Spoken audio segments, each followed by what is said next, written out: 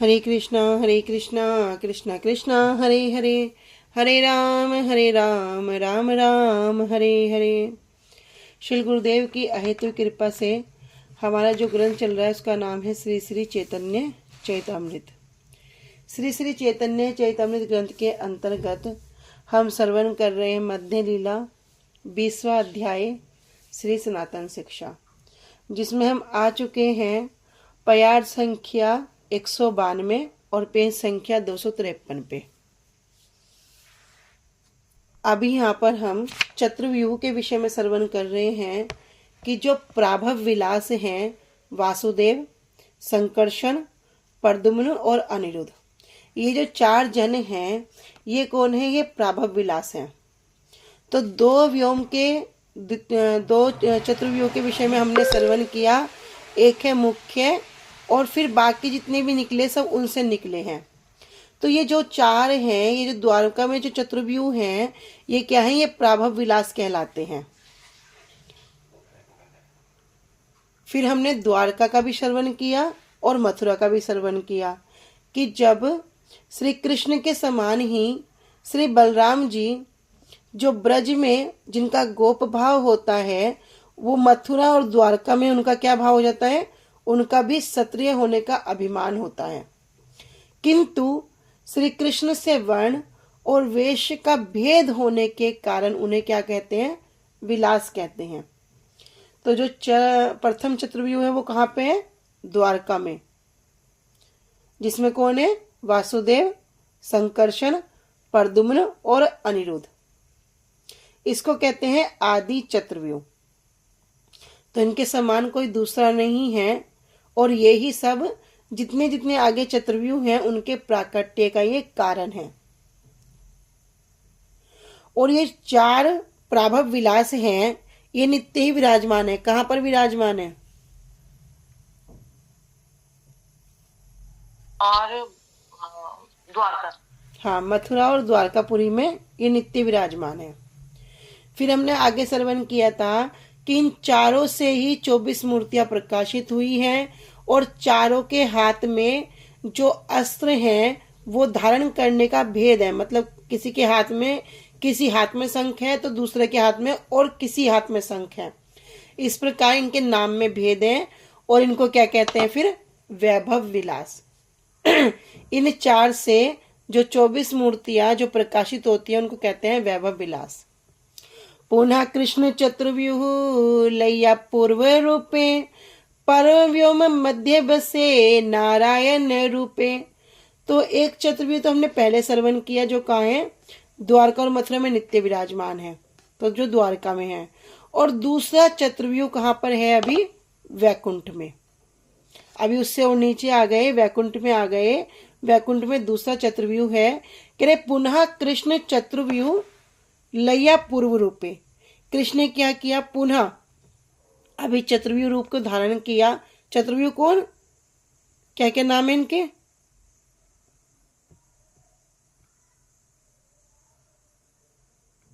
श्री संकर्षण और प्रद्युम्न, अनिरुद्ध, हाँ, और एक और है श्री वासुदेव। ठीक है। तो कह रहे पुनः अर्थात भगवान कृष्ण ने क्या किया? पुनः विस्तार किया। और जो परव्योम है अर्थात जो आध्यात्मिक आकाश है, वहां से वे अपने जो मूल चतुर्व्यूह के रूपों में अपने आप को क्या करते हैं? विस्तार करते हैं। और उसी विस्तार के साथ अपना एक चतुर्भुज नारायण रूप में क्या करते हैं? वहां पर स्थित हैं। तो मूल चतुर्व्यूह से कौन सी चतुर्व्यूह प्रकाशित होगी? अभी द्वितीय चतुर्व्यूह।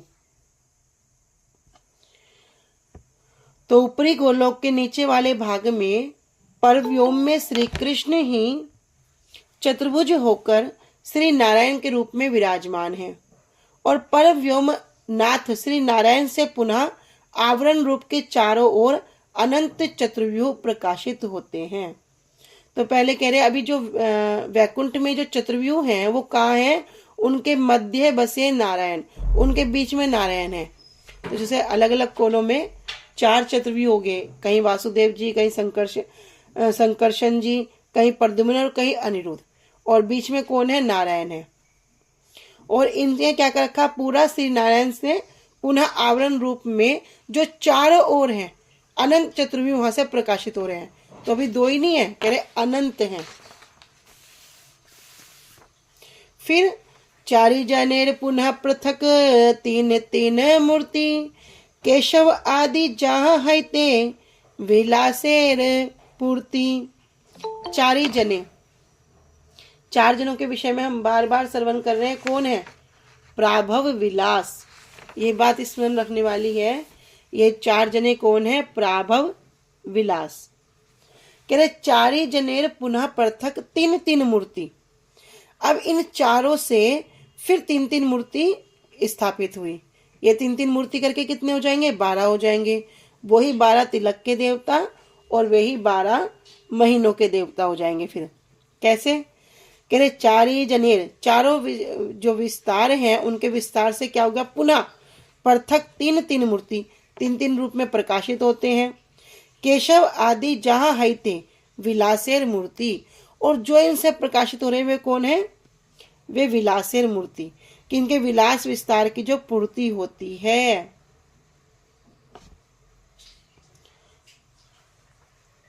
कैसे कैसे हो रहे हैं? कह रहे चक्र आदि धारण, हाँ पहला है चक्र आदि धारण भेदे नाम भेद सब वासुदेव मूर्ति केशव नारायण माधव।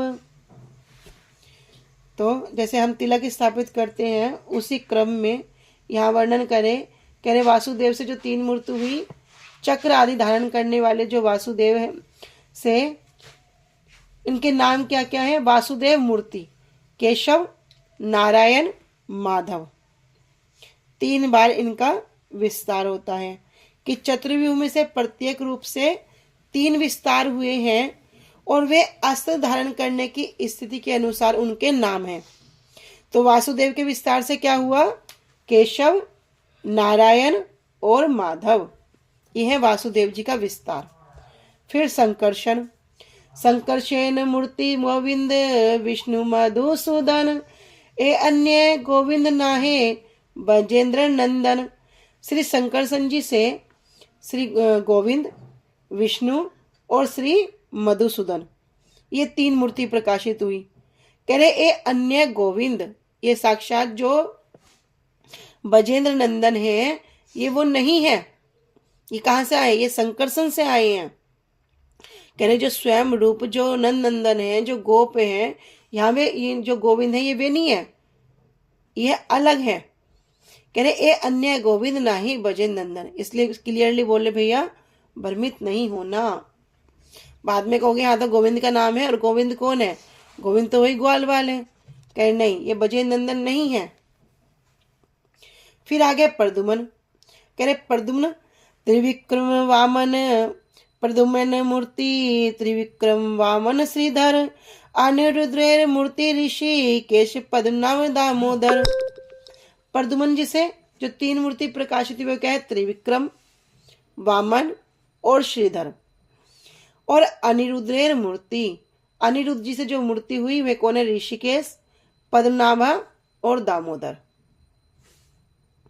तो यही 12 क्या है? यही 12 तिलक के नाम हैं, 12 तिलक के देवता हैं। और यही फिर आगे अभी श्रवण करेंगे 12 महीनों के देवता हैं। कह रहे चक्र आदि धारण के भेद से सबके नामों का भेद है। सिर्फ मतलब जो उनके हाथ में अस्त्र है उसी के भेद से इनके नामों में भेद आ गया।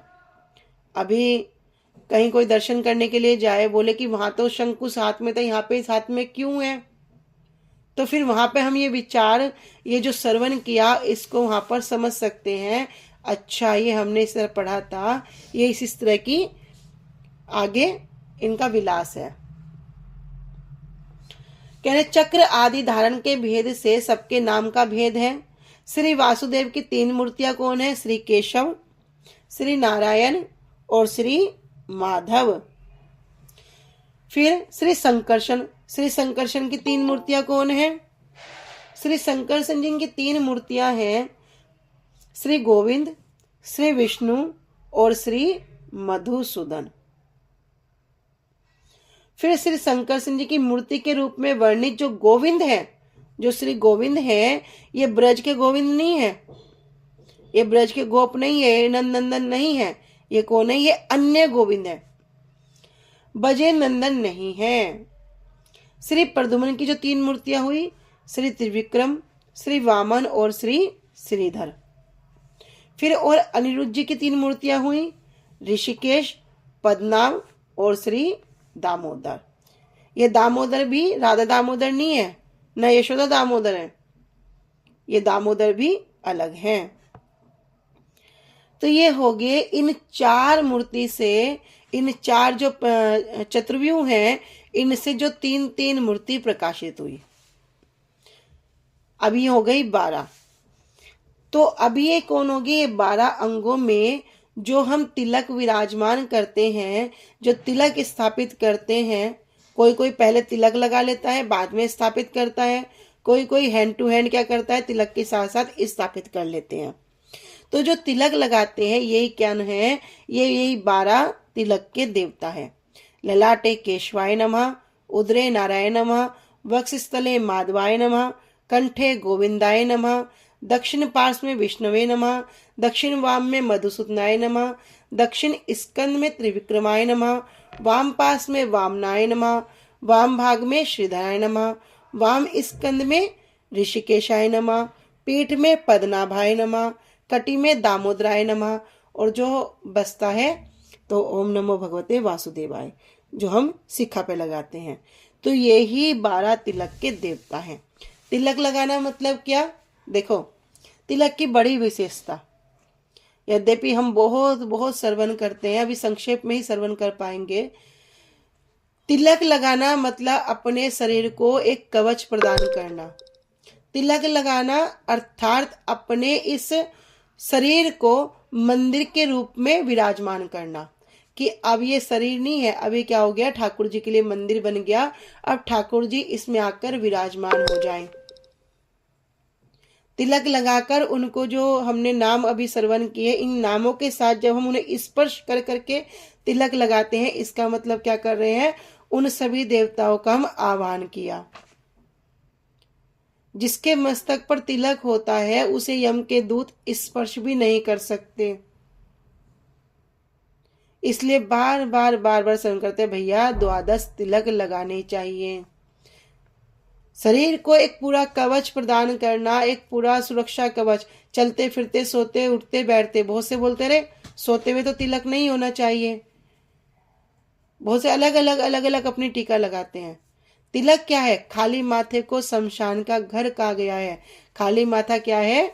शमशान है। जिस प्रकार शमशान पे जाने पर कोई आकर स्नान करता है, अपने को अपवित्र मानता है, उसी प्रकार यदि कोई खाली माथे के दर्शन करता है तो उसने समझो कि शमशान के दर्शन कर लिए, अब वो अपवित्र हो गया।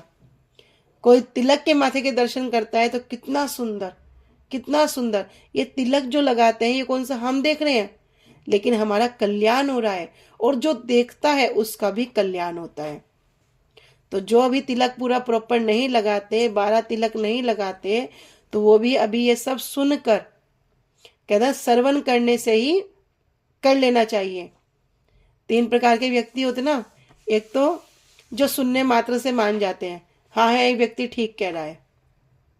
किसी को बोल दिया भैया सिगरेट पीना गलत है, मान गया, हाथ नहीं लगाएगा, नहीं मैं नहीं पीऊंगा, बोला है गलत है तो गलत है। किसने बोला अरे क्या बोलते रहते हैं, गलत है गलत है गलत है, थोड़ा करके देखें तभी तो पता चलेगा कि सिगरेट पीना हानिकारक है। वो क्या करेगा, वो पूरा ट्राई करेगा, करते करते करते करते जब उन फेफड़ों में धुआं बढ़ जाएगा, घुस जाएगा और कैंसर की स्थिति में पहुंच जाएगा, तब उसे याद आएगा किसने बोला था सिगरेट पीना हानिकारक है। तब उसको समझ में आएगा, तब वो आगे बोलेगा भैया मत पियो। और किसी को क्या होगा, पूरा पी पी के अपने आप को खोखला कर देगा, पूरा सांस नहीं आएगा, और पूरा जला लेने के बाद सोचेगा कि मुझे ये काम नहीं करना चाहिए था। तो 3 प्रकार के व्यक्ति हैं, या तो सुनने से समझ जाओ, या उसे प्रैक्टिकल करके समझ जाओ, या बिल्कुल ऐसी स्थिति में आ जाओगे जहां पर अब हम कुछ कर ही नहीं सकते, फिर उसको तब समझना होगा। तो श्रवण मात्र से क्या होगा, समझ जाएंगे तो हम आगे जाएंगे। अभी एक एक शब्द, ना मेरी वाणी ना किसी और की मैं टीका बोल रही, यहाँ तो जो साधु संत, जो गुरु वर्गों का जो विचार है, जो हमारे गुरु वर्गों ने दिया है, वो ही बता रहे हैं।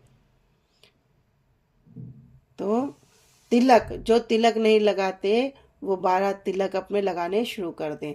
बिना तिलक के ना ही पूजा होती, ना ही आनिक होता, ना ही कोई सदकार्य होते। तिलक बड़ा इंपॉर्टेंट। घर में अगर तुम पंडित जी बुलाते हो, सबसे पहले कोई छोटी से छोटी पूजा कर लो, मस्तक पर तिलक लगाएंगे। बिना तिलक के पूजा शुरू नहीं करेंगे। घर में जो लोग कंजका जिमाते हैं नवरात्रि में, या देवी के जो नौरते चलते हैं, या कोई पिन्नी करते हैं, देवी कढ़ाई करते हैं, उसमें औरतें बुलाते हैं, सबसे पहले तिलक लगाएंगे। क्यों लगा रहे हो भाई? अकबे हमारे बाप दादा माँ सब लगाते थे, हम भी लगाते हैं। क्यों लगाते हो? क्योंकि वो खाली माथा जो है ये शमशान का घर है। उन्हें पता था, लेकिन आज के समय में किसी को पता नहीं है। तिलक लगा के सोचते अरे क्या लगा लिया, हमारी तो शोभा बिगाड़ दी, फैशन बिगड़ गया।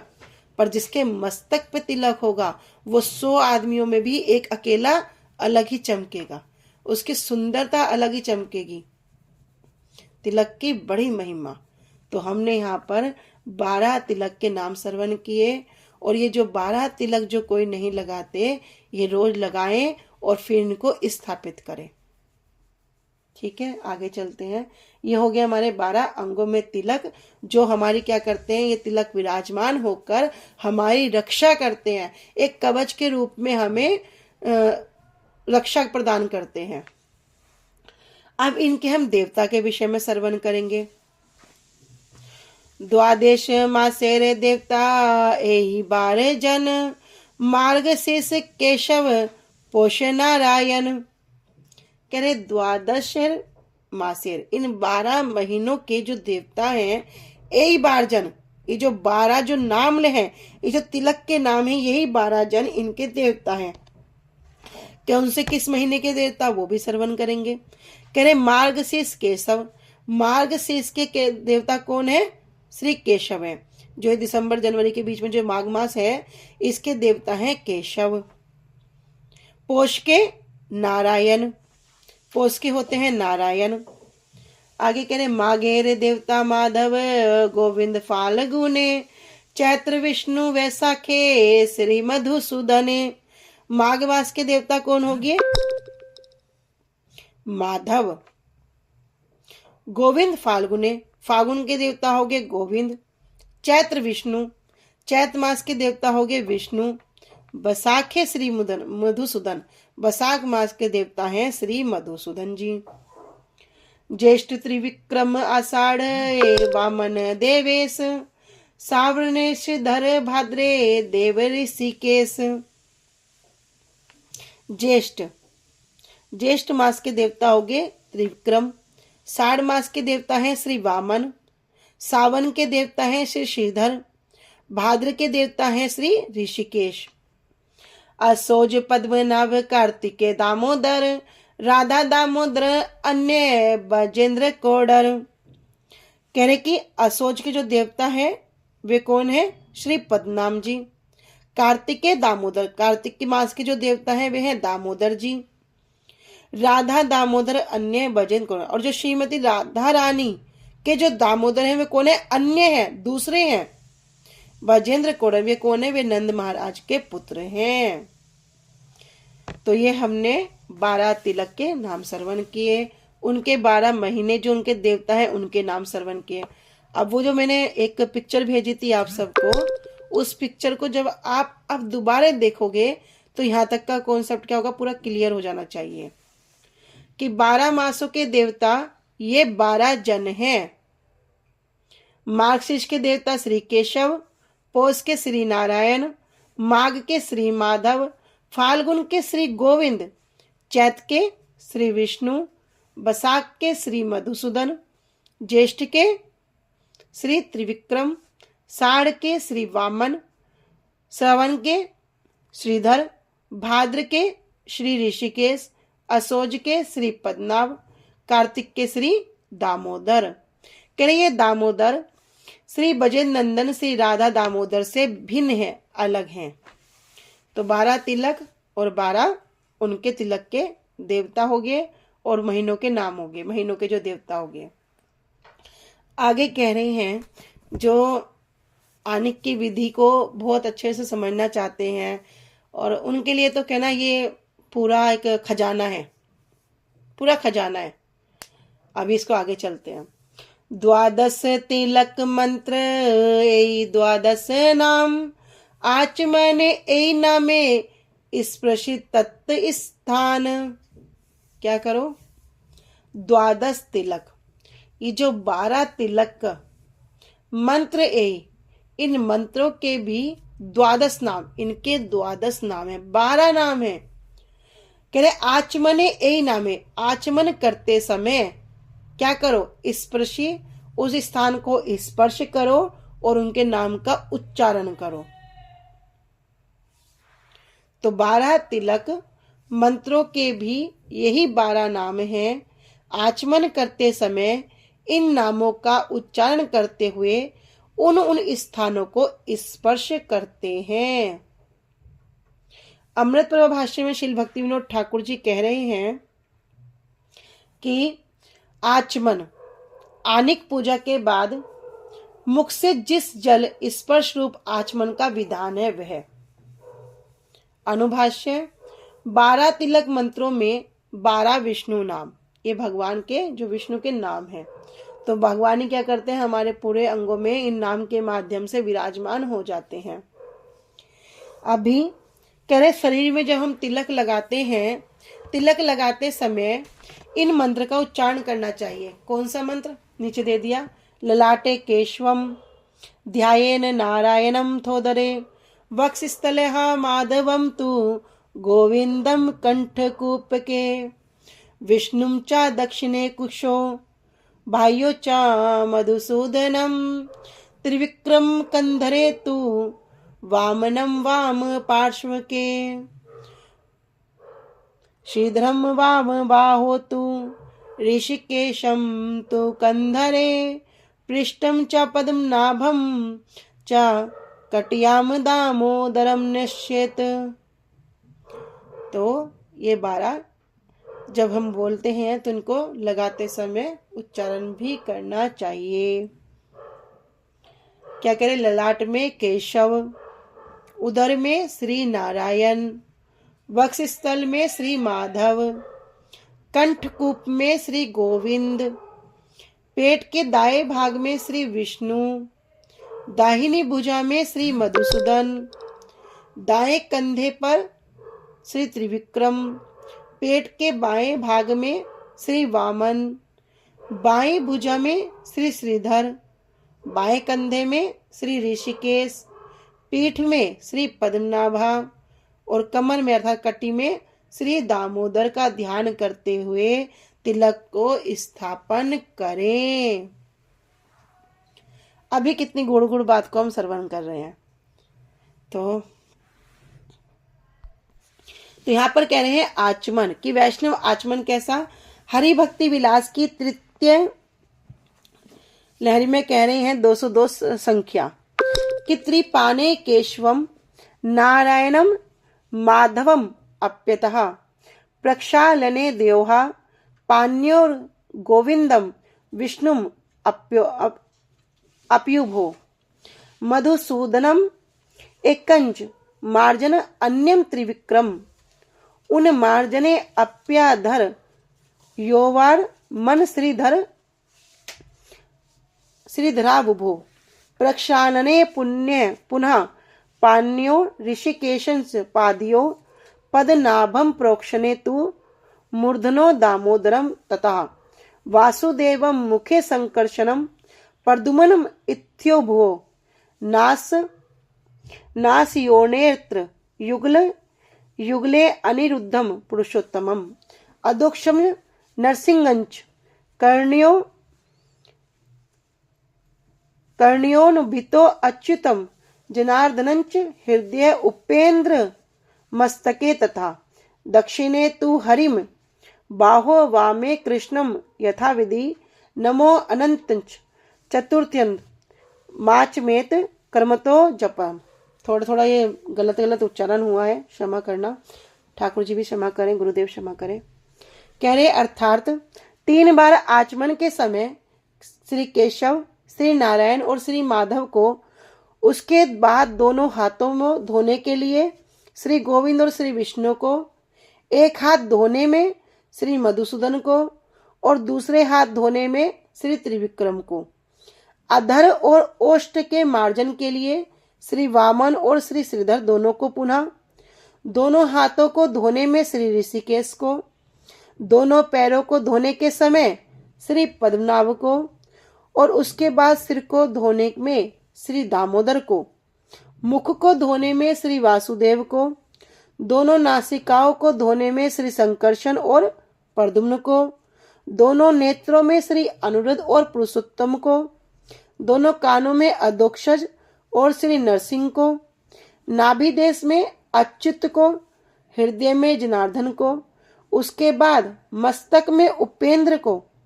दाहिनी भुजा में श्री हरि को और बाईं भुजा में कृष्ण को, यथाविधि क्रम अनुसार, मतलब भगवान नाम के अनुसार चतुर्थी विभक्ति के संयोग से, जैसे केशवाय नमः, नारायण नमः, माधवाय नमः आदि। अंत में नमः शब्द के साथ जप करते करते आचमन करेंगे। तो जो हम नमः करते हैं, केशवाय नमः, नारायण नमः, माधवाय नमः, हम ये 3 चीज से आचमन करते हैं, मुख प्रस्थान करते हैं और अपना आनिक शुरू करते हैं। यद्यपि अगर विधि की बात करें तो विधि बहुत विस्तृत है। अगर विधि में लगेंगे तो बहुत ज्यादा आगे जाना पड़ेगा, बहुत, मतलब एक आनिक के लिए 3 घंटे भी कम होंगे। ठीक है, इसलिए गुरुदेव ने संक्षिप्त रूप में जो वर्णन किया उसको अच्छे से पालन करेंगे और अपने भजन मार्ग में अग्रसर होने का प्रयास करेंगे।